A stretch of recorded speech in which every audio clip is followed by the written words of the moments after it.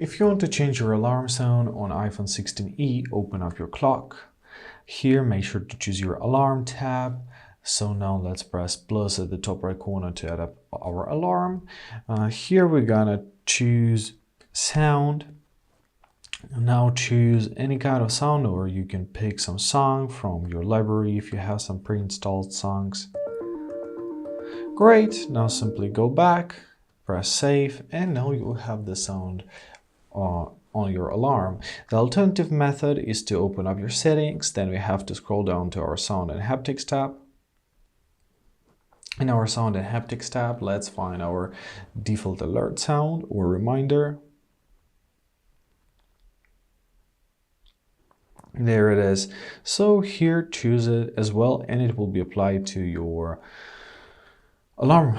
And basically that's it. I hope this video was helpful. Thank you so much for watching. Have a great day, and please consider subscribing to our channel.